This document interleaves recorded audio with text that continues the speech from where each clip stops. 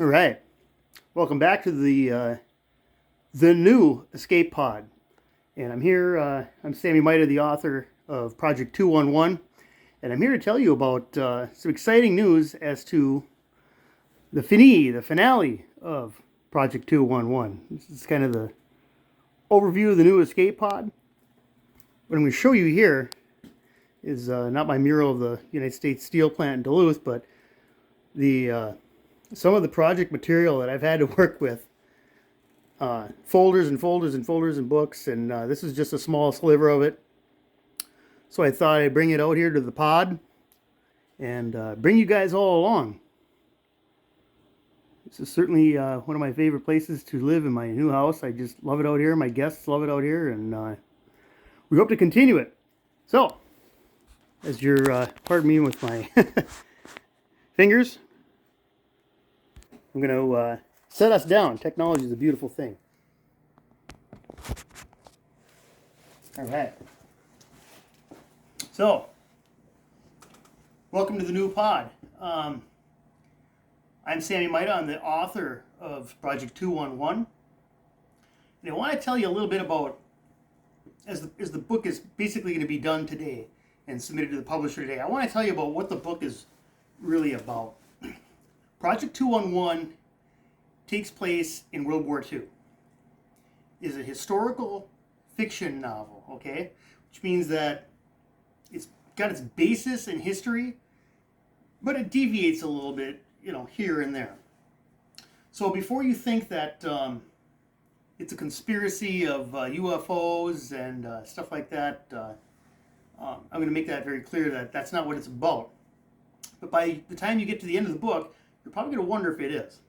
So the real basis of the story is about the Nazi effort to build the atomic bomb, which really is a true story. The Nazis were after building an atomic bomb.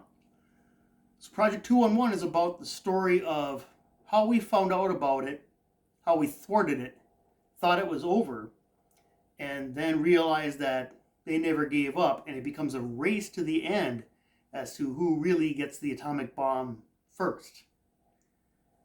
That's what the story is really about. And our lead characters are basically kind of like Indiana Jones in Antarctica and Europe. The story ends up in Antarctica, which is a fascinating tale.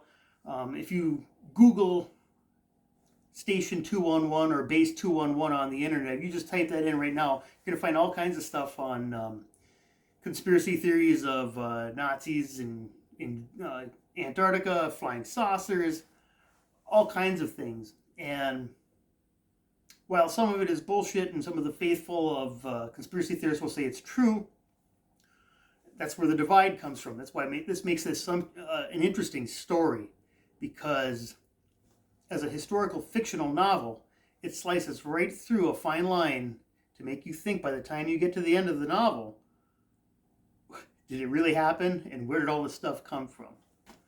So the story takes place in World War II, but it actually starts in 1991.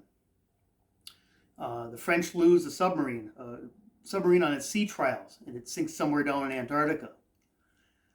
So they send a research team out to go find it, and they send a little, the little sub down there, and they think they find this big object, down near Antarctica. And as they send the sub down, or the robot thing down there to go find it, they realize this is not a sub, it's this big old American battleship. And they're wondering, well, what is this? It's not our sub. So they call the Americans. The American Navy comes out with a team of dignitaries out to this research team.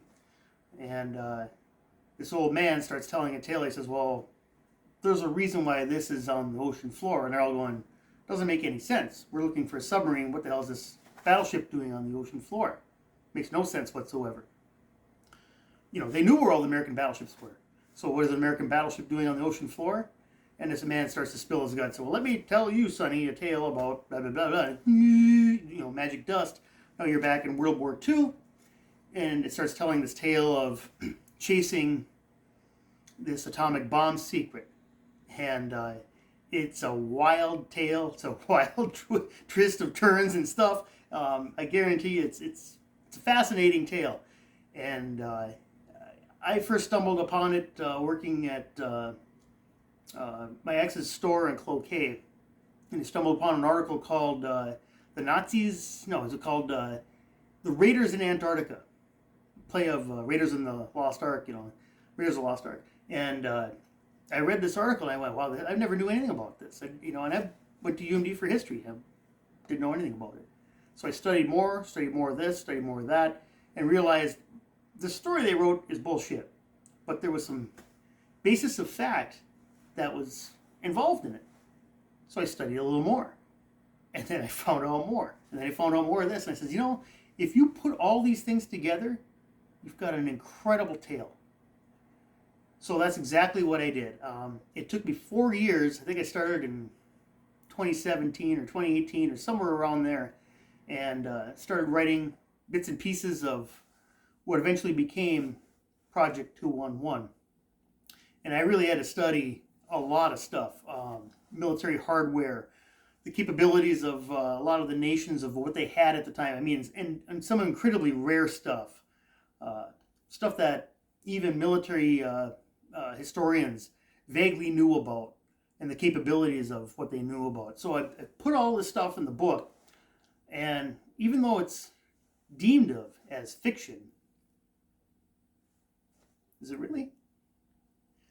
One of the key quotes in the beginning of the book is, "History is written by the victors." And there's a lot of truth to that. Is that through the annals of history, is that those who have conquered other nations get to write the history books. And so what may or may not have happened is sometimes glossed over in favor of a new history. Even though this might have happened, this is now the true history. And so this book kind of weeds along that. And by the time you get to the end, I guarantee you're going to be going, wow, that's a pretty interesting tale. I never quite figured all this happened. Or didn't happen. Or did it? Anywho, I'm glad I brought you along tonight. Thank you for being here and watching this video. In about 2 hours, I'm going to read to my girlfriend the very final version of Project 211, the very last edit, and I'm sending it to my editor, and then it's going to publishing, I think, next week.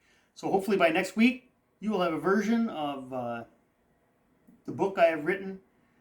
I hope you enjoy it. I really hope you enjoy it. I put a lot of effort into it. It's probably not the greatest novel you've ever read, but it's, it's, I've never written a novel in my whole life, so it's my best effort. And I hope you enjoy it.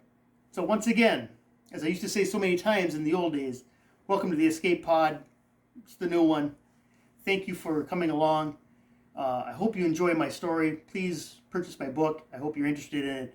And all I can say is thank you. And c'est la vie. Thanks.